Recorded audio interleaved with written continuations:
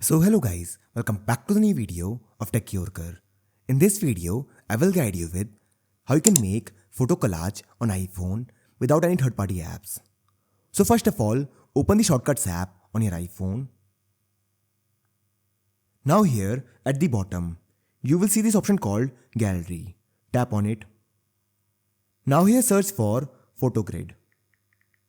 Now this is the option. Tap on it. Now here tap on Add Shortcut. After this, go to the Shortcuts tab from the bottom. Now here you will see this option called Photo Grid. Tap on it. Now select the photo you want to add to the collage. For example, this one and this one. Once done, tap on Add. And this will make the collage of the photo. Now to save the collage to the Photos app, tap on this arrow and now tap on Save to Photos. Tap on Done.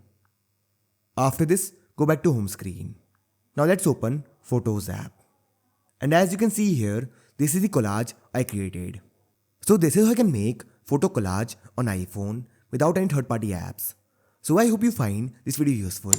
And if you do, then don't forget to like this video and subscribe our channel.